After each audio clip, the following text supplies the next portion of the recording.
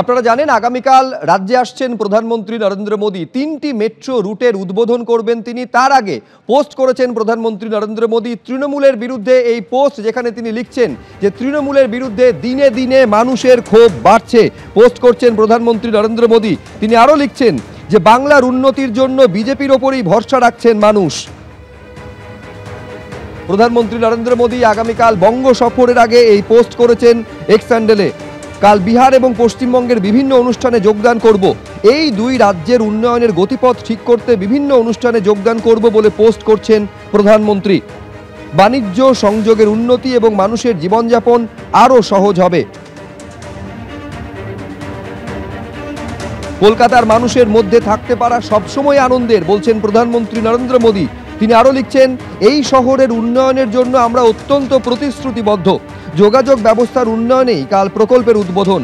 যে মেট্রো পরিষেবাগুলির উদ্বোধন করা হবে তার মধ্যে রয়েছে নোয়াপাড়া জয়হিন্দ বিমানবন্দর, শিয়ালদা এসপ্ল্যানেড এবং বেলেঘাটা হেমন্ত মুখোপাধ্যায় রুট। বিমানবন্দরের সঙ্গে এবং আইটি হাব অঞ্চলগুলিতে যোগাযোগ উন্নত করা হবে। দুটি পোস্ট প্রধানমন্ত্রী করেছেন, একটি মেট্রো প্রকল্প উদ্বোধন সংক্রান্ত এবং দ্বিতীয়টি সরাসরি তৃণমূল কংগ্রেসকে নিশানা করে।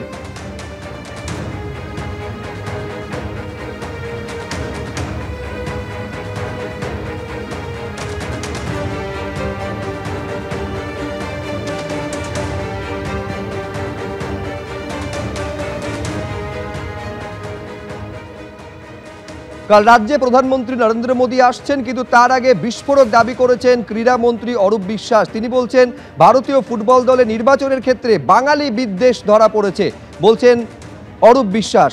অরূপ বিশ্বাস যিনি রাজ্যের ক্রীড়ামন্ত্রী, তিনি আরও বলছেন যে ভারতীয় দলে দেখা যাচ্ছে না বাঙালি ফুটবলারদের।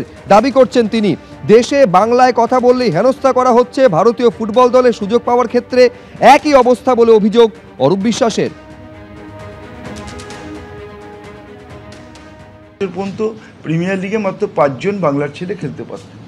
এবার আমরা দপ্তর থেকে বলার পর, আমি নিজে ব্যক্তিগতভাবে উদ্যোগ নেওয়ার পর সেই সংখ্যাটা 6-এ দাঁড়িয়েছে। আমরা চাই এটা 8-9-এ গিয়ে দাঁড়াক। তারই লক্ষ্যে আমাদের এই প্রতিযোগিতা।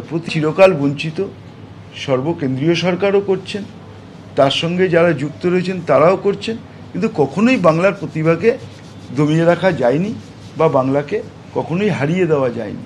বাংলা চিরকালই কখনো কখনো সমস্ত যারা এসছেন তারা নেতৃত্ব দিয়েছেন, বাংলা সবসময় মাথা উঁচু করে সবার আগেই ছিল। এবং তার জন্যই তো গোখলে বলেছিলেন যে what Bengal things today, India things tomorrow. আজকে বাংলা যা বলছে, আগামীকাল ভারতবর্ষ সেটাই বলছে।